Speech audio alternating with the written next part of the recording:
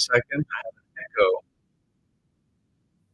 All right. Hi, everyone. This is Kumar Datatran with the Meridian Point, and I'm excited for our guest today. Having our guest on the show today is Ash Seddeek, founder of Mivante, the communication intelligence platform. And I love this title, the Chief Excitement Officer at the Executive Greatness Institute. That's something I'm really curious about. Ash went from being a linguist in Egypt to coaching executives at Cisco, Uber, Google, and Salesforce.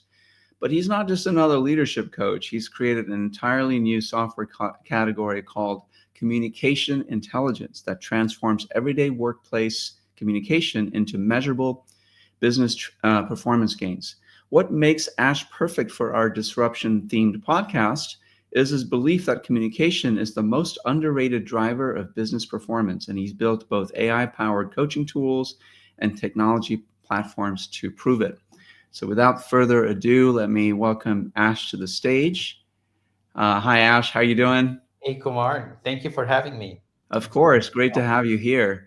Thank you. Um, let me start then with my first question. So this platform that you've created, the communication intelligence platform, this sounds like you're creating an entirely new software category. Can you explain what communication intelligence is and why traditional tools like Slack or CRMs or any, your traditional coaching platforms aren't solving the problem that you hope to solve with this? Absolutely. So the genesis for the idea happened while I was speaking with a vice president at Uber. Because when I am coaching leaders, I usually go and speak with some key stakeholders Mm-hmm. and understand from them. Let's say if you are working with Kumar, what is that Kumar needs to do in order for him to communicate more effectively with you? And a lot of the time, these stakeholders, such as this VB at Uber, he basically started telling me how he likes to receive the emails from this particular leader that I'm going to be coaching, and if he does text her on Slack, how soon does he want her to respond? And he brought him a slide deck, how well crafted this slide deck needs to be based on his own communication preferences. Mm-hmm. So when I did this by talking with several other stakeholders, I said to myself, just imagine if this leader that I'm coaching, every time she was just about to send a message to Kumar, she'll actually see the communication preferences that Kumar loves and appreciates a lot more. Because if he gets a message crafted in a way that he likes to understand, then the likelihood of Kumar reading the message are much higher. The likelihood that he's actually going to understand it and respond to it are much higher. So that's what the software will actually do. It will ask every user to articulate what is their communication preferences. Then the AI tool will actually leverage this information. When you are just about to write an email, when you are just about to text a person, or just Mm-hmm. about to create a calendar invite, it's going to say to you, wait a second, it looks like you are creating a calendar invite for a meeting with Kumar. Remember, he likes analytics, he likes insights, he likes things to be very clear from the very beginning. So in order for you to actually get his attention, make sure that you leverage those communication style preferences, because then life will get a whole lot better, because we're not shooting in the dark. I think the problem Yeah. that I actually discovered is most of the time we're just shooting in the dark because we don't know. And what Mm-hmm. this software will do is will give us the lens to know if I'm writing something to Kumar, oh my goodness, now I know what he likes. Mm-hmm. Whereas now Okay. we're basically we don't have a clue. Yeah. Does your software analyze behavior after you've sent the message, based on the preferences that the recipient has said that they like or want? Does it then sort of learn from how the recipients receive those messages, what they do with it? Is there a feedback loop? You're definitely starting to see the power of this solution, because what it Mhm. actually does, first, it's going to ask Ash, who's writing a message to Kumar, hey, Ash, we just gave you some insight into how to communicate better with Kumar. Give Mhm. us feedback. And then on Kumar's side, it's going to say, you just received a message from Ash. how effective is this message in meeting your own expectations in terms of how you need to be communicated to. So Mm-hmm, exactly mm-hmm, like you're saying, Kumar, it will continue to learn, and the power is in that continuous learning, because mm. then it's going to feed back into the system much more useful insight to help everyone who's communicating how to communicate even better. Interesting. So, is this live? Are people using it? What are the results of? Yeah, this is actually now in development. We are Okay. actually waiting. We're waiting to go in terms of broadly communicating and sharing information about it. Post some patent applications that we are in the process of Mm-hmm. submitting right now. Okay, yeah, it sounds very intriguing. It's like marketing for internal marketing, if you will. Like, so if you know what people like and the way they like to communicate, then the value of the communication goes up so much more, right? You're not just, like, to your point, shooting in the dark, assuming that everyone wants to read an email. I mean, personally, for me, I don't read emails. I'm more a chat person, or really, sort of a conversation like what we're having.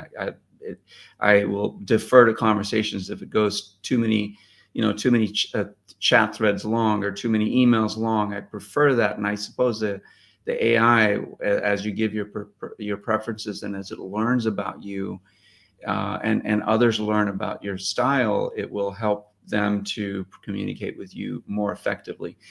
But I also suspect there's a certain element of self-awareness and empathy that goes into this, right? So executives, leaders, managers, whatever, they may not care. They're like, I'm just going to send an email because that's what I want to do. That's how I've always communicated. How do you see something like this changing their behavior? I think it was very interesting. Last week, I was conducting a training program at Cisco, and one of the leaders going through the program said it was very interesting how, when I increased the level of clarity in my message, I actually started getting a lot more responses back.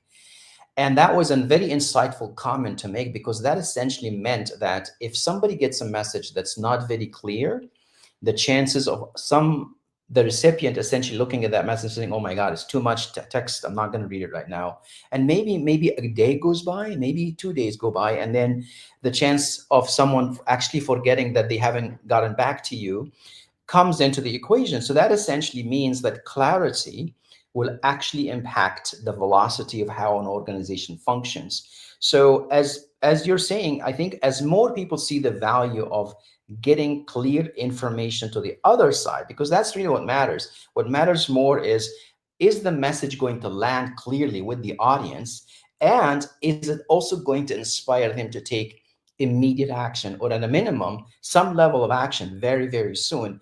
Because everything we're doing in any organization has to do with the fact that we're really trying to get forward motion.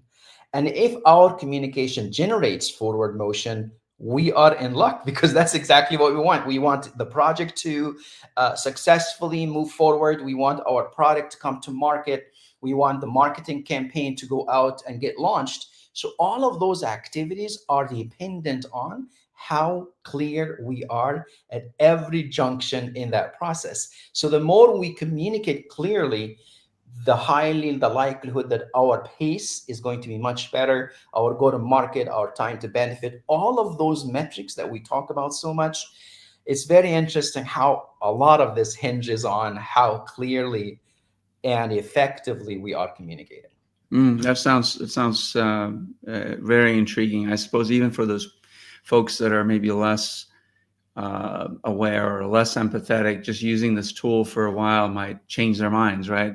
Because they're seeing results, that their messages are being read. They're seeing the results of the clear communication that they're providing their subordinates or their peers or their superiors, whoever they may be. Yeah. All right, amazing. So before we dive a little deeper into this technology, I'm curious about your personal journey. Sure. My notes have it that you started as a linguist in Egypt, planning to become a university professor. Then spent years in corporate roles, and now you're disrupting this communication space, right? What was the aha moment that made you realize communication was the missing piece in performance and business performance? I think once I started doing leadership coaching, and we will talk for some time with any one of these leaders, and then we realize that at the core of the problem, there is, to your point, perhaps self-awareness. There is Mm, emotional intelligence that's impacting the issue. There is a communication style that is blocking the progress of how an initiative needs to go. hmm So as I essentially talk to each one of these leaders, it's interesting because I think when you're trying to figure out an idea like the one we're talking about, it really happens by connecting the dots through a number of conversations, and that's essentially what's starting to happen. I started to see leaders coming up with a particular initiative, going on and talking to other team members, and then finding that people are not passionate enough as much as that leader is, and then they come to me and say, like one finance leader at Uber said, I would love to figure out how to inspire my team and get them to see the value of what we're working on and the pace that we want to move forward on. So a lot of these points, a lot of these conversations with these leaders really sort of brought up that aha moment to basically say, oh my goodness, just imagine if we're able to get a lot of those communication preferences and styles out into the open, if we can actually increase the level of clarity, the level of transparency, and hopefully the level of inspiration that might happen. And that definitely will get us into this sort of chief excitement officer idea that I know you're going to bring up later. Absolutely. Yeah, I just want to sort of be the cynic, represent maybe some of the listeners that may be watching this live. Like, why would you need a tool like this? I mean, isn't it up to the leader to sort of build relationships with people, to understand how they want to be communicated to serve them in a way as a leader, to serve them so that it'll serve their growth. And of course, by doing so, it'll serve the organization. Why use these fancy AI tools? What would be the selling point? That's a great point you're making, because when I was working at Deloitte, and that's where I saw what you just said, which is if you are really a good management consultant, highly likely on any engagement, you'll go talk to Kumar, you'll talk to Jim, you'll talk to Sandy, and you're actually going to get to understand what their communication preferences are. You're literally going to ask them, how would you like to be briefed on this initiative that we're working on? If there is an escalation, how would you like us to communicate with you? So management consultants usually will actually have this conversation, Kumar. What's interesting, in a lot of organizations, people miss out on the fact that they actually need to do a little bit of onboarding for any relationship, and that part of that onboarding is to almost have a virtual coffee, if you can't have a Yeah. face-to-face coffee, and find out what does Kumar like in terms of communication style, how fast does he like to respond to emails, all of those different things. As much as you can uncover them, to your point, you don't need the software.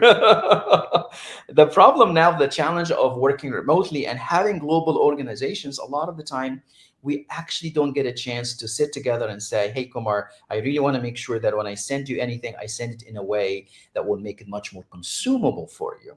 Yeah. Now the software is going to help you get past this blocker, because it's going to tell you, by the way, it looks like you're sending a message to Kumar. Let me just give you very quickly some of the highlights of his communication style that will make your message a whole lot more readable on the other end. I mean, I wish I had it, being a coach, consultant, external coach and consultant to organizations. I I have to build those relationships with people that I serve, right, as a coach, and it takes time. It takes time to understand their preferences and understand what how they like to communicate. And it's a lot of trial and error, really. And it would be, I think, quite useful if I had some sort of a cheat sheet, I Exactly. go in an organization and, the CFO doesn't like emails, likes face to face or whatever it might be. It would Exactly. be so much value, I think, for someone, especially new to an organization, to come in, especially in a role where you're sort of consulting and coaching, to understand what preferences are, so you can make make the the work of forming relationships a little easier, I think, so that seems like a big part of it, a big win, if you will. Absolutely. Yeah, at Deloitte, I've seen senior managers make the rounds of talking with the key stakeholders within the client organization. And they basically, to your point, they actually gather that intelligence. And then they Mm. come and they share with the engagement team on the Deloitte side, here Hmm. is how this VP likes things, here's how this senior director likes things. And with that intelligence, we're able to make sure that whatever we send over the fence is going to be highly Yeah. palatable and understandable by the receiver. Now, how does this, I guess this is much more granular, right? But how does this compare, or how does this align, if you will, with like DISC or something like these tools that measure your personality profile? And the personality profile is more high level, sort of how you work and how you deal with other people. If you are sort of an A-type personality, or more analytical, or more collaborative, or whatever it might be. Do you envision where these approaches sort of enmesh with each other in some way to provide a fuller picture of how people like to communicate and be communicated with? I think over time, when you look at the disk tool, it definitely is trying to tell us what the style is going to be.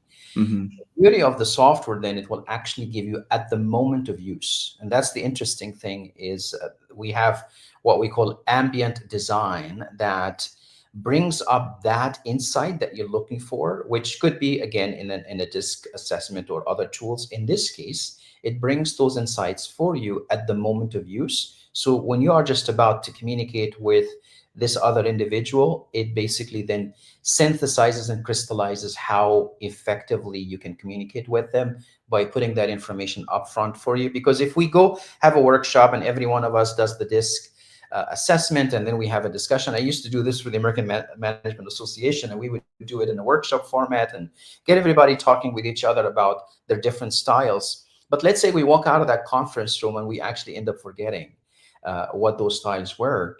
Now, the software at the moment of use, at the moment of sending that message, it will basically tell you, by the way, it does look like you're sending the message to Kumar. Let me tell you very quickly how to make it much more efficient and effective. Yeah, that makes sense. I was more curious about the potential to tie these things together so that the AI has even more uh, Absolutely. richer information, if you will, to build a Without profile a of the doubt. person. Yeah. Without a doubt. I think if you give the AI tool those other sources of data, it will then give much more focused insights as part of that communication style. Absolutely. That's a great Yeah. point. Yeah, I was talking to someone a while ago. I forget his name, but he's doing some interesting things with AI to analyze the financial performance of companies, and specifically tied back to the CEO, the CFO of the organization, right? And build almost a profile of the individual, and to the extent that you can, research in those individuals and how they make decisions, financial decisions, even their personal life. And that Amazing. seemed a little, a little maybe going a little straying the line a little bit there. But what he was looking at is, it would give tremendous insights for companies looking to hire new leaders, right? How do they make decisions? How do they communicate with their peers, with their employees, and so on and so forth, based on the types of decisions that they've made, at least by inference, right? The types of decisions they've made. So this whole AI thing is just it's such a wide open field, because there's so much you can do with these large language models. I'm going to stray a bit from the standard set of questions and ask you, where do you draw the line, I guess? I think that's a great point because as I work on this project, we definitely are reminded of how do you maintain personal privacy? How do you protect information as much as you gather it? Because you were totally right in very insightfully realizing that, oh my God, this system will continue to learn. It will learn Mhm. about each one of us. It will learn about how we communicate with one another. And with that learning, we are of course wondering, how much privacy are we going to have? So I think the guardrails will continue to be a big part of the discussion to make sure that there are some things that you'll only let Kumar see, Mm. And there are some things that you might be open to the fact that Ash and Kumar can see. And I think that's really where software design and security um, thought process has to be part of how we build the tool from the get-go, because you're going to have those moments where it's like, oh my God, I should not have put that information in front of this other individual because of privacy and things like that. All right, thank you so much for that. Okay, I'm gonna shift to the concept of the chief excitement officer, which to me feels like a fundamental disruption to traditional leadership, right? And how people, the mindset, if you will. How does this philosophy connect to what you're building with Mivante? And why is excitement important or critical or crucial, or is it? It is, and I when I was working at Cisco, and I would see John Chambers getting on the stage, or Chuck Robbins. A lot of these leaders actually realize that part of getting people to lean in and listen to the message is to make sure that you yourself as a leader coming to that conversation, you need to bring a higher level of energy as one of those catalysts that would actually help you get the attention of the audience. And a lot of the time, leaders, because of the role in organizations, they are the sponsors for key initiatives. And we found from research that sponsorship, effective sponsorship, impacts how successful any initiative happens to be. So we come back to the idea of excitement. Excitement is, of course, driven by what is it that we are working on and where is it going to take us. And of course, we think of the hero journey. Maybe we are transforming the organization so that employees have a much better experience working for this company, or maybe we are transforming our customer relationship or our partner relationship. So then you come back and you say, oh my God, we got to think about what that future looks like. Because if it's actually as good as we think it's going to be, we should come back from that future and make sure our face, our body, our whole being, the way we talk, the way we tell stories about what that future looks like, we have to be excited. Otherwise, there will be such a great disconnect between how excited we are about what that future is, and if our body and our language and our facial expression and our all of our energy does not really get that point across, then people are going to start wondering, if he's not excited about it and it's not showing, then maybe it's not as good as they're telling us on paper. I mean, we can see it in the writing, but their body language is not in sync. So that's why chief excitement officers is a key component of making sure people understand what that future vision is, and then feel it in their body, and on a daily basis be willing to remind us that that's why Kumar is excited. Kumar is excited not about today, not about yesterday. He's excited Mm-hmm. about tomorrow, and he's also willing to pause and say, yes, I know it's not going to be all rosy on the other side. Because you know what? If we think about today, there are some things that can make us excited, and there are things that are challenging us, and there are risks, of course, in the business. So a chief excitement officer is not somebody who is up in the cloud, not grounded in reality. We want them to be grounded in reality because that's our starting point. That's the current state that we are trying to Mm-hmm. change. So we get excited because of where we're going to be, but we come back and say, okay, we have some things that we have to work through. I love that, and I love that you brought that up. It's not, that you're this sort of the chief cheerleader, if you will, for the company, and always like rah rah rah, we're great, we're this and that. That's not it, because that would probably turn people off. And actually, I worked in a company like that once, many years ago, and it was a little. I felt a little put off because there was always like parties and free food on Fridays and this and that. But then you look around and people are getting laid off. It's like, okay, something doesn't jive. The communication isn't. And the CEO was very excited, very personable guy. I liked him a lot. I got along with him, still friends with him, but I didn't. There was that connection wasn't there. So I think what you're saying is it's good to be it's crucial to be an inspirational leader and show that you're excited about the future of the company, but be grounded in reality and bring people along with the stories you tell, the presence that you maintain, always sort of grounded in that reality. So I like that a lot. Thank you. Absolutely. And the interesting, I'm going to tell you a story about this because there's another aspect to this that's even so powerful.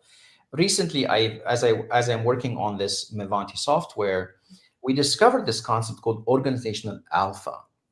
And Mm, then I basically, what is that word? Where did it come from? And then I found that it has a lot to do with the stock market.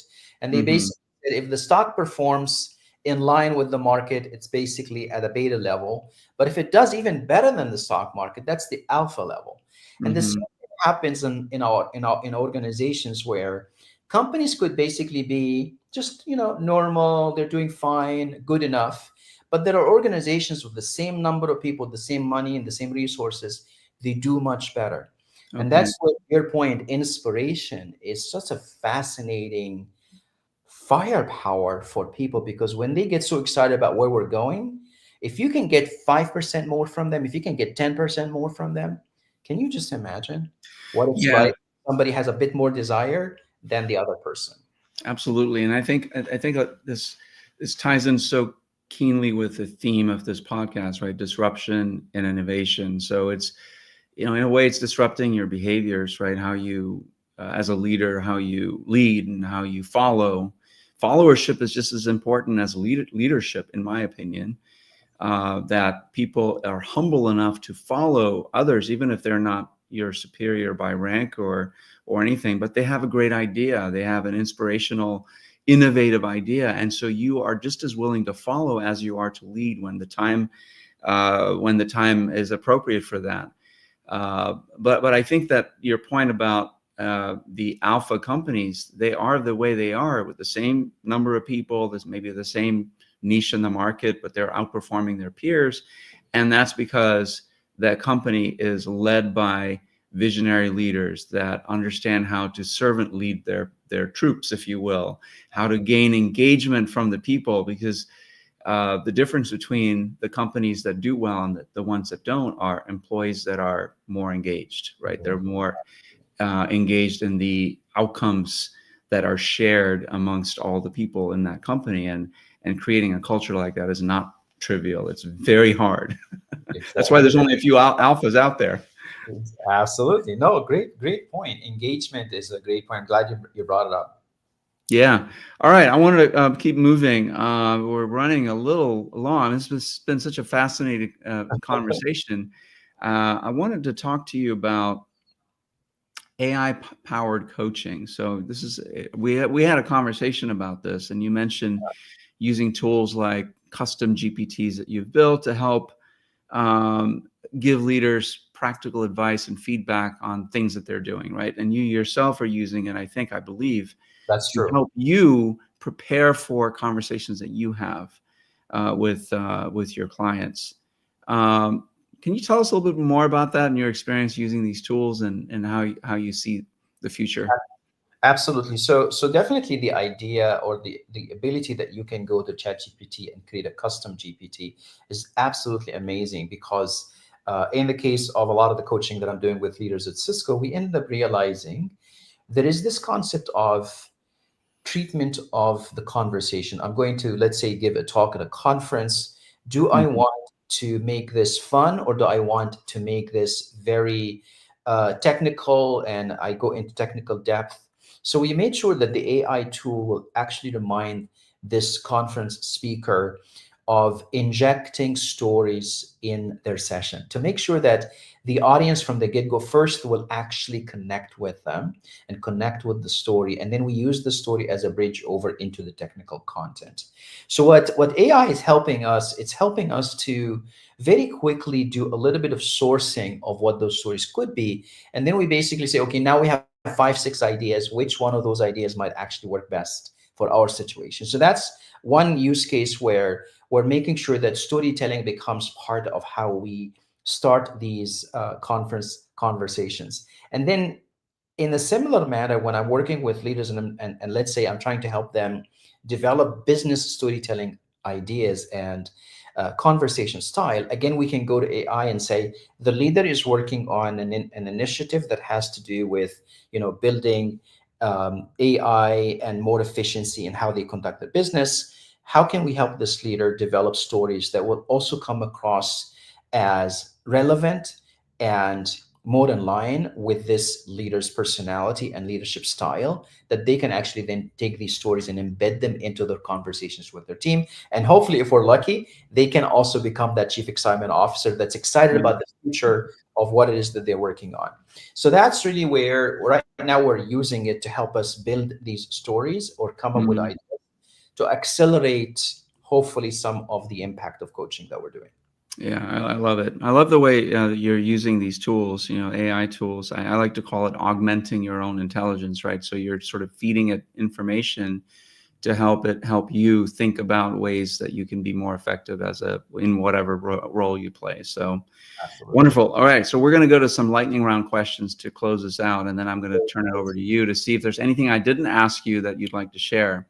So lightning round. So complete this sentence. The biggest communication mistake leaders make is. Assuming that communicating or sending a message is enough and it's going to be received very well, which is not always the case. So, to your point, we always have to do a little bit of a check in.